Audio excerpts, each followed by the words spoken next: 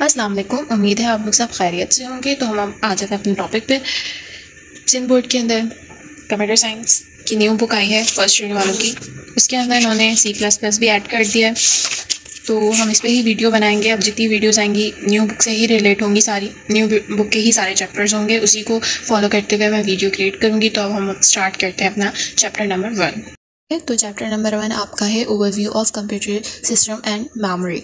तो इसके अंदर आपके कंप्यूटर से रिलेटेड जितनी बेसिक अंडरस्टैंडिंग है उन सब चीज़ों को कवर किया हुआ है इस चैप्टर के अंदर। और इसमें पहले पुरानी बुक में आर्टिफिशियल इंटेलिजेंसी का पार्ट नहीं था, तो इसके अंदर आर्टिफिशियल इंटेलिजेंसी का भी पार्ट ऐड कर दिया इस बुक के अंदर। तो हम स्टार्ट करते हैं अपना टॉपिक। तो अब हमारे पास आ जाती है डेफिनेशन कंप्यूटर की। तो कंप्यूटर क्या है? कंप्यूटर वर्ड जो है कंप्यूट से निकला है, जिसके मायने हैं कैलकुलेट करना। तो आज के दौर में अगर हम बात करें तो कंप्यूटर कैलकुलेट के अलावा बहुत से टास्क परफॉर्म कर रहा है। अब तो रोबोटिक सिस्टम भी आ चुका है मार्केट में, तो ज़्यादातर रोबोट्स आ चुके हैं। तो आर्टिफिशियल इंटेलिजेंसी से रिलेटेड कोर्सेज भी आ रहे हैं। तो अगर आप चाहें तो आप वो भी स्टार्ट कर दें, क्योंकि आने वाला टाइम बहुत ज़्यादा टफ़ हो चुका है। तो उसके लिए अपने आप को प्रिपेयर करें। और हम स्टार्ट करते हैं अपनी कंप्यूटर की डेफिनेशन पे आते हैं। तो कंप्यूटर क्या है? कंप्यूटर जो है कंप्यूट से निकला, कैलकुलेट मायने है, सही। उसके बाद आ जाता है प्रोग्रामेबल इलेक्ट्रॉनिक डिवाइस है date can process store and retrieve data. तो प्रोग्रामेबल इलेक्ट्रॉनिक डिवाइस से क्या मुराद है? प्रोग्रामेबल जो यहाँ वर्ड यूज़ किया हो वो इसलिए किया हुआ कि हम कंप्यूटर को क्या करते हैं, प्रोवाइड करते हैं कोड ऑफ इंस्ट्रक्शंस। फिर क्या होता है, वो ऑटोमेटिकली वही टास्क को वो परफॉर्म करने की एबिलिटी रखता है और वो बिल्कुल एक्यूरेट प्रॉपर वे में वही टास्क परफॉर्म करता है। ओके। और इसके बाद आ जाता है प्रोसेस करता है। जो भी हम टास्क उसको देते हैं वो पूरा प्रॉपर तरीके से प्रोसेस करता है, किस तरह डेटा हमें एक्सेस करना है उसे, फिर हमें आउटपुट कैसे देना है। तो ये सारी चीज़ें जो होती हैं अंदर, जो बैक पे जो प्रोसेस चल रहा होता है उसको हम प्रोसेस कहते हैं। मतलब कि बैक पे जो काम चल रहा होता है, किस तरह चीज़ें आपस में एक दूसरे से लिंक कर रही होती हैं। लॉजिकल हो गया, कंट्रोल यूनिट हो गया, ये सब यूनिट्स होते हैं प्रोसेस के अंदर। तो ये किस तरह वर्क कर रहे हैं, ये सब क्या आता है, प्रोसेस के अंदर आता है। स्टोर में क्या आ जाता है, डेटा हमारा स्टोर होना। से नाम से आपको पता होगा स्टोर क्या होता है। तो रिट्रीव डेटा वर्ड जो यहाँ यूज़ किया हुआ है उसके मीन्स होते हैं एक जगह पे डेटा सेफ है तो वहाँ से क्या करना, डेटा को रिकवर कर लेना, उसको हासिल कर लेना, सही है। तो जब यहाँ रिट्रीव डेटा का वर्ड यूज़ किया हुआ है, जैसे कि हम बात करें तो डेटाबेस है सिस्टम, उसके अंदर हमने अपना सारा डेटा और सारा रिकॉर्ड सेव कर दिया है। फिर वहाँ से अब हम क्या करेंगे, जब हमें ज़रूरत होगी तो हम वहाँ से क्या ले लेंगे, उसको हासिल कर लेंगे। तो यहाँ जब भी रिट्रीव डेटा का वर्ड यूज़ किया हुआ है कि हम कंप्यूटर से दोबारा डेटा हासिल भी कर सकते हैं अगर हम उसके अंदर स्टोर कर रहे हैं, सही है। तो ये हो गई आपकी छोटी सी डेफिनेशन कंप्यूटर की। अब हम आ जाता है कैरेक्टरिस्टिक्स ऑफ अ कंप्यूटर। तो उसमें एक पार्ट है स्पीड। स्पीड क्या है? कैरेक्टरिस्टिक है कंप्यूटर की।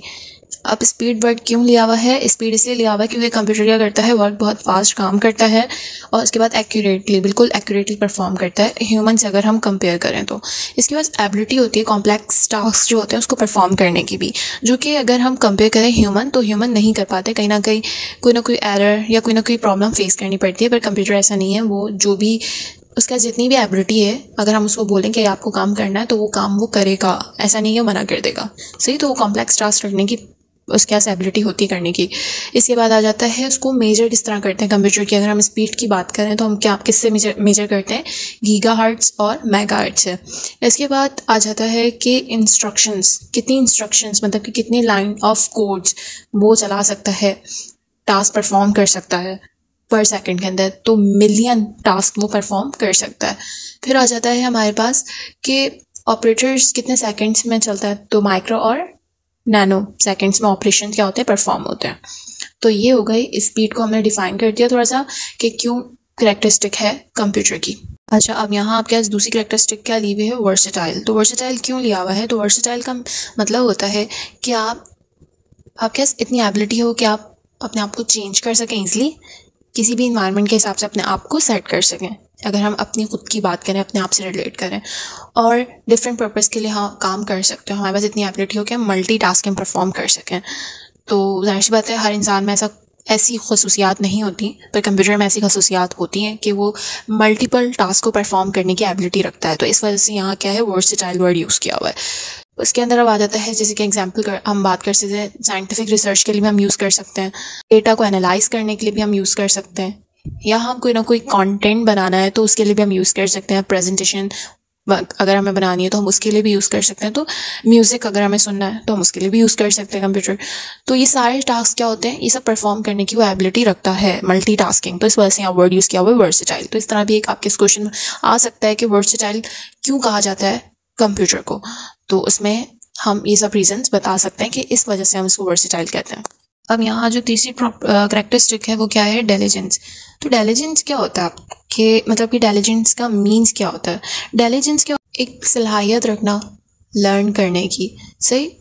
तो जैसे कि कंप्यूटर है तो आपने जनरेशन्स पढ़ी होंगी, first generation, second generation, third generation. तो हर जनरेशन में क्या था, सिस्टम में कोई ना कोई चेंज आता चला गया। तो क्या हुआ, उसको ट्रेन करते चले गए, तो वो कुछ ना कुछ लर्न करता रहा साथ के साथ। तो उसकी सलाहियत है कि उसको और ज़्यादा एक्सटेंड कर दिया जाए। तो इस वजह से यहाँ इंटेलिजेंस वर्ड यूज़ किया हुआ है, क्योंकि वो अपना हार्ड वर्क करता है, एफर्ट डालता है, चीज़ों को अंडरस्टैंड करने की सलाहियत उसके अंदर है और प्रॉपर वे में उसको काम करना है। तो जैसे कि अगर हम ह्यूमंस की बात करें तो ह्यूमंस क्या होता है, उनकी ऐसी एबिलिटी नहीं होती कि एक ही वक्त में बहुत सारी चीज़ों को परफॉर्म कर सकें या वो लर्न करते जाएँ और फ़ौरन ट्रेन हो जाएँ। हर ह्यूमन में क्या होता है, सब में एक स्पेशल खसूसियात होती है, वो सिर्फ वही काम कर सकता है, दूसरा काम नहीं कर सकता। पर कंप्यूटर क्या सारे काम परफॉर्म कर रहा होता है। इस वजह से यहाँ इंटेलिजेंस वर्ड यूज़ किया हुआ है। और अब हम आ जाते हैं, और इसकी डेफिनेशन सब यहाँ लिखी हुई है इजी, तो आप चाहो तो इनको अपने पास नोट कर सकते हो। अब हम आ जाते हैं इसकी चौथी कैरेक्टरिस्टिक पे। तो एक्यूरेसी यहाँ क्यों लिया हुआ है, इसलिए लिया हुआ है क्योंकि कंप्यूटर के अंदर क्या होता है, वो बिल्कुल एक्यूरेट परफॉर्म करता है, बहुत फास्ट परफॉर्म करता है, उसके अंदर कोई एरर अकर नहीं होता। अगर आपने उसको एक टास्क दे दिया कि आपको यही टास्क परफॉर्म करना है, तो वो वही टास्क परफॉर्म करेगा, अपनी तरफ से कुछ परफॉर्म नहीं करेगा वो।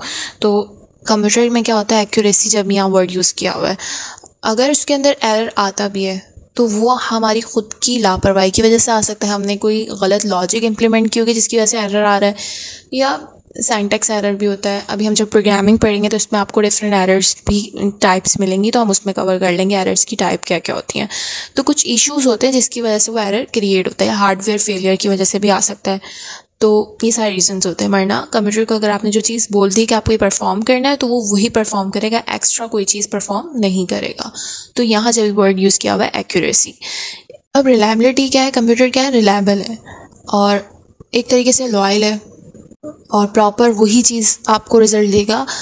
आप बार बार उससे जो भी रिजल्ट मांगोगे, जैसे कि आपने एक इनपुट अगर आपने उसमें डाल दिया, जैसे कि 2+2, तो वो आपको 2+2 4 ही देगा हर बार। ये नहीं होगा कि आप 2+2 दोगे तो एक बार 4 दिया, दूसरी बार -4 दे दिया, तीसरी बार 9 दे दिया। इस तरह ये काम नहीं करता।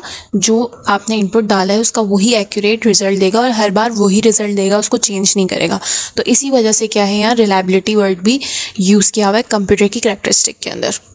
ये तो हो गई आपकी पूरी 5 कैरेक्टरिस्टिक्स। इसके अलावा अगर आप और भी लिखना चाहते हैं तो एक आ जाती है नो फीलिंग्स। तो नो फीलिंग्स में क्यों यूज़ किया हुआ है कैरेक्टरिस्टिक, वो इसलिए यूज़ किया हुआ है क्योंकि कंप्यूटर के पास कोई इमोशंस नहीं होते, मशीन है। तो इस वजह से आप नो फीलिंग्स भी ले सकते हैं।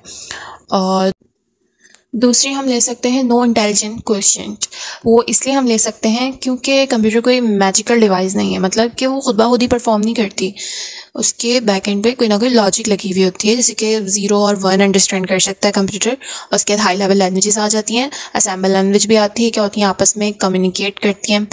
और उसके बाद क्या होता है, कोई ना कोई प्रोग्राम क्रिएट होता है, फिर उसके बाद हार्डवेयर के अंदर वो एक सॉफ्टवेयर जाके इंस्टॉल होता है, उसके अंदर फिर उसके पास एबिलिटी आती है कि वो कोई ना कोई टास्क परफॉर्म करे। तो जिस टाइप का सॉफ्टवेयर, जिस टाइप की आप लॉजिक इंप्लीमेंट करते हो सॉफ्टवेयर के अंदर, वही टास्क वो परफॉर्म करता है। तो इस वजह से वो आपके पास इंटेलिजेंस क्वेश्चन नहीं होता। ओके, तो मतलब कि उसके पास खुद से सोचने की सलाहियत नहीं होती वो, और वो ह्यूमन ही उसको परफॉर्म करता है और ह्यूमन ही उसको कंट्रोल कर रहा होता है। सही है, तो ये आपके हो गए कैरेक्टरिस्टिक का पार्ट, और बाकी हम नेक्स्ट वीडियो के अंदर और मज़ीद टॉपिक्स को कवर करेंगे।